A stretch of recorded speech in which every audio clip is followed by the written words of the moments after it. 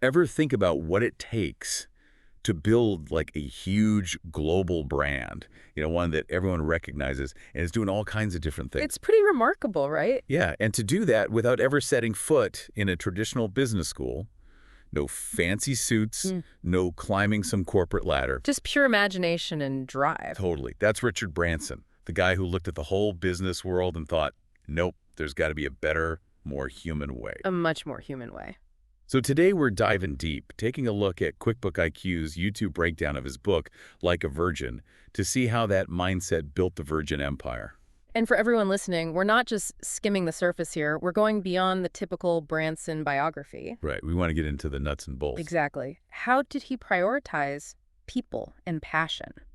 How did that, sometimes against all logic, lead to massive success? It's almost like a cheat code for understanding his unique approach, one that could spark some ideas for you no matter what you're working on. Absolutely. So in this deep dive, we'll start from the beginning. The very beginning.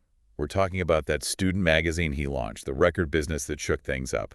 Then how he revolutionized music with Virgin Records and, get this, took on the airline industry with Virgin Atlantic. What a story, right? Then we'll get to the heart of his philosophy, putting people first, his attitude towards risk, and how he built the iconic Virgin brand. It's his whole perspective on business and life. Ready to jump in. Let's do it. Let's go back to the beginning. The early days are so revealing. What's striking is how self-aware Branson was from the get-go. He just knew the traditional paths like school and the corporate world weren't for him. And his dyslexia, it wasn't a roadblock, was it? Not at all. It was almost like it helped him see the world differently. Yeah, it gave him a unique perspective. He knew instinctively that doing things the right way in business didn't always lead to the best results. Which brings us to Student Magazine. It wasn't about some big business plan or making tons of money right away. No, not at all. It came from a real belief that young people had something to say and needed a platform. They needed to be heard. It was about connecting people and creating a conversation. What's the takeaway for our listeners there? Well, I think it shows that some of the best ventures start from wanting to fix a problem or address a need. Not just making a quick buck. Exactly. It might even be about giving a voice to people who haven't been heard. The magazine, even when it wasn't making a lot of money at first, showed that Branson could create something out of nothing and make it resonate. It was proof he could bring people together. Exactly. Then he saw another problem. Students struggling to get affordable records. And his answer wasn't to complain. No complaining from Branson. He started a mail-order record business. Simple, direct. Why was it so effective? I think its strength was its simplicity. He focused on what people actually needed. He wasn't trying to create some complicated solution. He just made it easier. Exactly. And this is something we see again and again with Branson.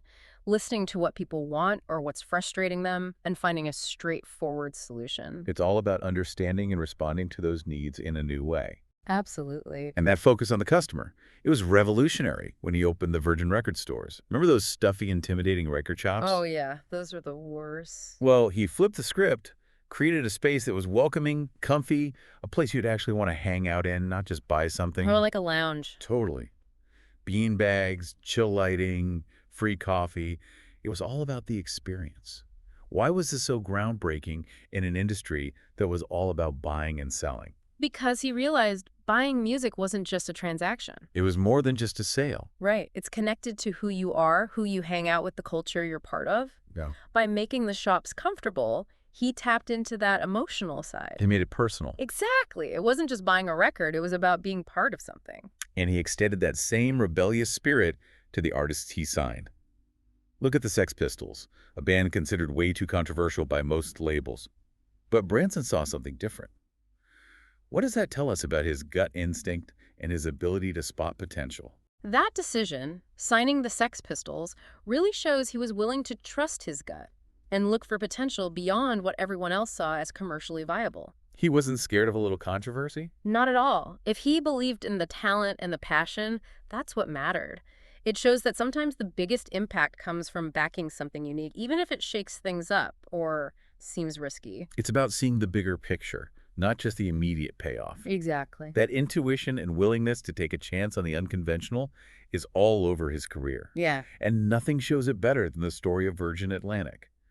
A canceled flight, A frustrated traveler, Branson himself, and suddenly he's chartering a plane, offering seats to stranded passengers. Talk about a spontaneous start. What does that moment tell us about how he sees opportunities? It shows he's a man of action, ready to jump in. He doesn't let a problem stop him. He sees it as an opportunity. Like the problem is the opportunity. Yeah.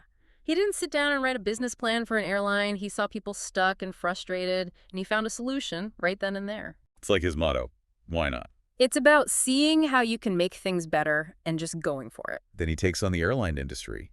No prior experience, up against giants like British Airways. Total David versus Goliath. And we know it wasn't always a fair fight. There were some low blows. Smear campaigns, attempts to sabotage Virgin Atlantic. It got ugly. What's the lesson in how Branson and Virgin dealt with those challenges? It shows the power of honesty, especially when things are tough. Instead of stooping to their level, Branson fought back with the truth. He laid it all out there. And it worked. He won in court, and it made Virgin Atlantic look even better, like the little guy standing up for what's right. Fighting for the customer. That's right. It shows that staying true to your values can be a stronger strategy in the long run. For sure. And that whole battle seems to have solidified his approach to business. He's entering all these industries, mobile phones, fitness, trains, even space, not as an expert in any of them. But always looking to make things better for the customer. What drives that willingness to dive into so many different areas? I think it's a belief that anything is possible and a constant curiosity. He's not held back by not being an expert. He's a quick learner. He finds where the customer experience is lacking and goes from there. It's like he has an outsider's advantage. Exactly. He comes in with fresh eyes, unburdened by the traditional way of doing things. It's about trusting his gut and wanting to make things better. And a big part of that is his people-first approach. He famously said, "Clients do not come first, employees come first. If you take care of your employees, they will take care of the clients." That's a powerful statement. How did that philosophy play out in the Virgin companies, and what's the thinking behind it? Well, he created a relaxed work environment where people felt empowered. He listened to his employees. He valued their input. The idea is that happy employees equal happy customers. Because they're the ones interacting with the customers directly. Exactly. Create a culture of trust and freedom, and you'll have people who truly care about the business and the customers. It's understanding that a good internal culture leads to a good reputation and happy customers. Yeah, makes sense. And it sounds like he also made work fun, encouraging laughter, celebrating wins. How important is that enjoyment factor in building a successful, lasting business, do you think? Oh, it's huge. A positive and fun work environment boosts morale. People are more creative, they work better together. It makes a difference. Absolutely. When people feel good about where they work, they're more productive and more invested in the company's success. They want to see it succeed. Branson understood that work doesn't have to be miserable. It shouldn't be. Making it fun can actually give you an edge. Interesting. And for all his bold personality, he's also humble, always willing to listen, not just to employees and customers, but even competitors. That's surprising. How does that openness to feedback contribute to his success? Well, that humility and willingness to learn is key. Keeps you from getting stuck in your ways. Exactly. By being open to feedback from all sides, including people doing things differently or maybe even better, he never gets complacent. He's always learning. It's about knowing you don't have all the answers and that you can learn from anyone, anywhere. And we can't talk about Virgin without talking about customer service. It's like it was baked into the DNA of the company. It was more than just a department. Going above and beyond those unexpected little touches. Any examples that really illustrate this? Well, there's a story about Branson personally calling customers to address their complaints. Wow. And Virgin Atlantic being one of the first airlines to offer in-flight texting. It's about anticipating what customers need, fixing problems before they even arise, and creating those wow moments that turn customers into loyal fans. Little things make a big difference. It all adds up. And all those elements, the different approach, the people-first mindset, the focus on the customer, they all built the power of the Virgin brand. It became more than just a logo. It became a feeling. It meant something different. What do you think made that brand identity so strong and recognizable? Consistency. They delivered on their promises: fun, quality, innovation, and a willingness to challenge the norm across all their different businesses. And Branson himself, right? Oh, absolutely. His personality, charismatic and down to earth, made the company feel human. People connected with it. It felt less corporate, more approachable. Exactly. People knew what to expect from a Virgin product or service. It was like you had a certain expectation, a feeling of anticipation. And part of that brand identity was that willingness to embrace risk, that screw it, let's do it attitude. It sounds exciting, but did all those risks pay off? Not all of them. They didn't. Virgin Cola and Virgin Brides are good examples of ventures that didn't quite hit the mark. But here's the important part: how Branson views failure.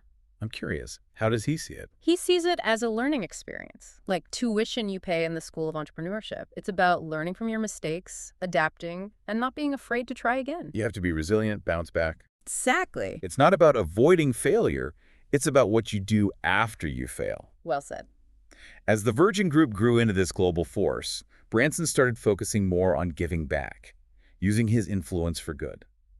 How does social responsibility fit into his idea of success? It shows that success isn't just about the bottom line, the profits. There's more to it. Right.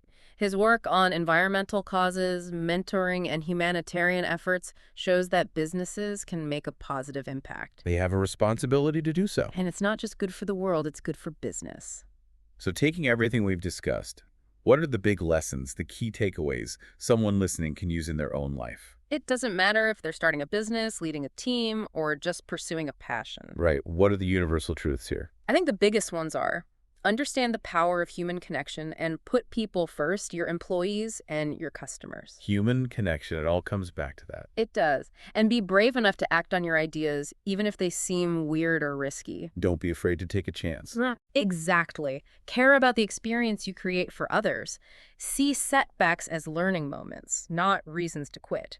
True leadership is about creating an environment where everyone can thrive. Creating that positive environment. Build a brand that resonates with people's emotions and stands for something meaningful. Make it stand for something. And remember that you can be ambitious and successful while also having fun and staying true to your values. It's about finding that balance. Absolutely. And maybe the most important lesson is to be yourself.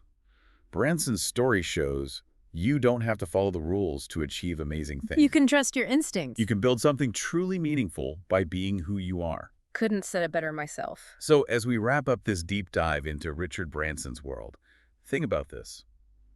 How can you use his principles, putting people first, embracing bold ideas, learning from your missteps in your own life? What rules can you challenge? What can you do differently to create something better, something more aligned with what you believe in? What happens when you lead with both your head and your heart? Now that's something to think about. It is. Thanks for joining us on this deep dive. It was a pleasure.